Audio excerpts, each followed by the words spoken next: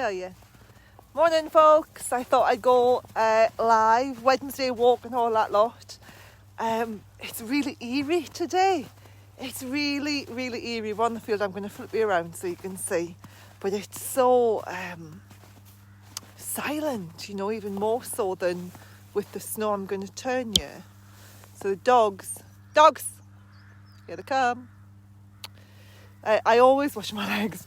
I always train the dogs to come on their name and also to come on the word dogs,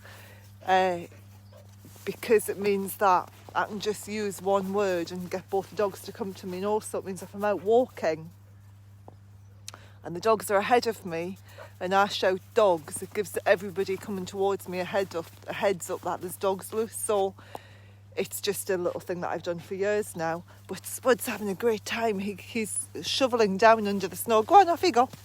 He's snuffling down under the snow to get the smells that Dante's kicking up. So once I start moving, I'll get the video on them. Go on, off you go. So we're going to head over this way. Come on then, let's go. And so what normally happens is Dante will run and Spud will run along behind him and catch the scent. But it's the snow cleared up, and then got up this morning, it was white again, but it's slushy rather than proper snow. It's wet snow, whereas what we'd had, Spud, he's just put a partridge up. Oh, it wasn't. Wonder what that was. Come on, dogs. We've had dry snow, which was beautiful. It's the stuff that just looks very Christmassy, whereas this is wet snow, so it's gone really slushy and it's really slippy underfoot. But I love this. I love seeing the dogs' paw prints in the snow. It's wonderful, isn't it? Go on, dogs, off you go. So I'm just being a little bit careful. I'll get a little bit further up and then do a little whiz so you can see what it looks like, but it's very very eerie. If the birds start making a noise, it'll be very Alfred Hitchcocky as well. So squelch, squelch, squelch. I hope these are okay this week, especially in light of, like, my Scottish friends. We've been told we're going to be in lockdown until the middle of February at the earliest. So we've got no idea when we'll be able to get out and about again. And as I was saying to my mate Ross the other day, on my pod, we do a podcast. We record it on a Monday, it goes out on a Tuesday, called The Blonde Leading the Blonde, and it's just me and Ross having a gossip and a bit of a blether, really. But as I said to him, you know, I'm hoping that by the end of Feb we're well out of lockdown and that we can start moving around the country again.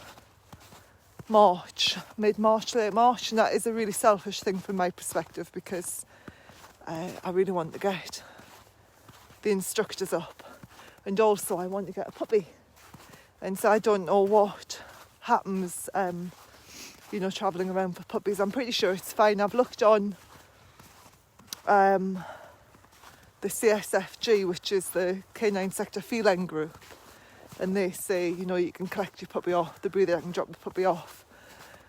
But it's just a time of uncertainty, isn't it? It's a real, I'm just making sure, quite often there's buzzards around here. It's a real time of uncertainty. Nobody knows what's happening. And dogs, too far. Good boys. Clever lads. Okay, off you go.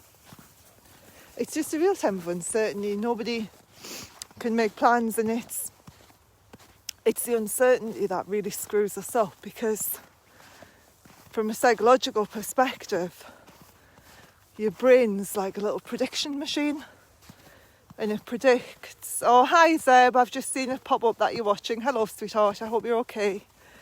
Sorry, I'm sniffing away now. No, it's a train. I thought it was the beagles.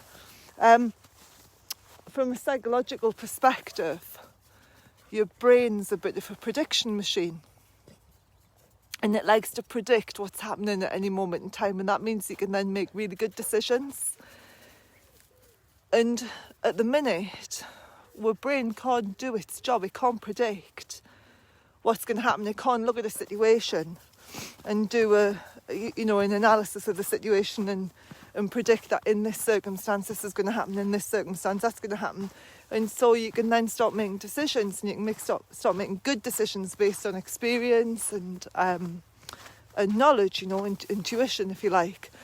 But that's what the brain does. It predicts stuff, and that means that life can be much easier. But when we can't predict things, then it gets all a bit hairy and a bit depressing and a bit scary, And I mean, I was feeling it last week, and I know other people are feeling it as well. I'm just very blessed that I can get out into this place and take the dogs for a walk and have a bit of fun, and really blessed that Kenny's working from home, and so we can have a giggle. We have a good giggle every day, and it makes a big difference. So I hope that yous are okay. I hope that yous are all right. Everybody who's watching it, whoops, nearly went. Everybody who's watching it now or later, I hope yous are okay. I hope life isn't being too arduous. So I'm going to turn this way. Come on, dogs.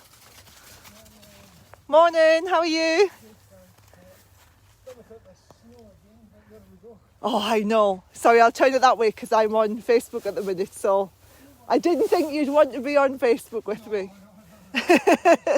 Enjoy your walk. Come on, dogs, this way. What a handsome Labrador he is. Dante, come on. Oh, yes. So it's nice meeting people on walks, isn't it? And the good thing about here is there's so many different... Leave that, Spud. There's so many different twists and turns. This is really clarty, as they say where I come from. Clarty farty. Nothing that way. Yeah, beautiful again. Come on then, let's go this way. Completely lost my train of thought now, but that's okay. I'm just going to walk and let you enjoy the view. And if anything comes to mind, I'll talk to you. Leave that, Spud.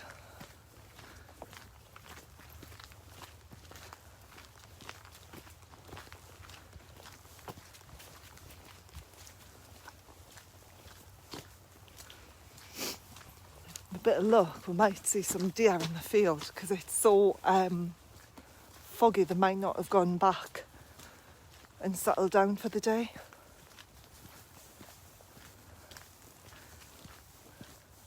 One of my favourite commands that I teach the dogs is too far, and it just brings them back slightly. Dogs, too far. Good boys. Good lads. Go on, off you go.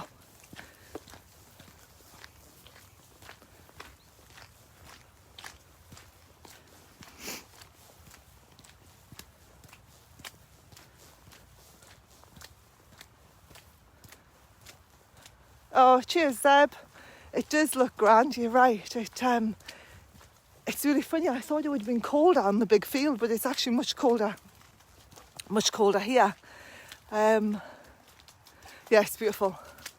So blessed. And only on the train, only about 45 minutes from Edinburgh one way and Glasgow the other. So it's a perfect location, really. Got everything that we need and want. So no, there's no deer. I was on the phone the other day chatting to one of my sisters, and we turned into the field, and I thought it's always typical. I was on the phone chatting, and there was like the 3 deer about 20 feet in front of me, and they took off, and the dogs just looked at them, and I thought it's always the way. You never have your camera on when your dogs demonstrate a really cool bit of training, so You think, oh, should I have my camera on all the time? But then your hands get bloody freezing. So the plan is to head down that way. You probably can't hear the waterfall. I can hear it already. So it's going to be really raging, I think. I'll see if I can get used to the waterfall, and then I'll turn the camera off and continue with the rest of my dog walk. Because if I can hear the waterfall now, it's going to be quite spectacular. So I'll go down this way to the waterfall. I think, hello, good boys. And then I'll come back across that field. This way. The kind of wait at the fork in the path to see which way we're going to go on the walk today, because there's so many different combinations. It's fantastic. It means that we can do a different walk every day. Blimey, this is good for the thigh muscles, walking on slush. You can feel the recruiting of all the different muscles. I think I've earned my breakfast. Right, dogs, so this is one of the signs that I take a lot of, and sometimes I go up that way, and today we're going to go this way and cut up through the copse, a bit of green, and I think I'm going to cut up this way, otherwise the other bit's too slippery. Dogs this way, and we're in.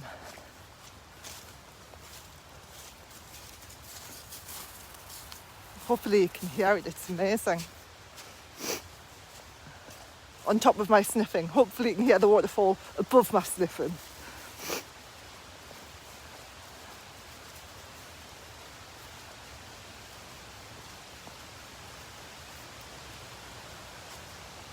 Good boys.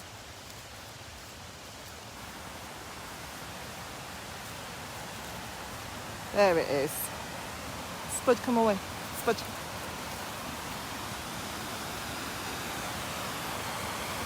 Oh, it's stunning.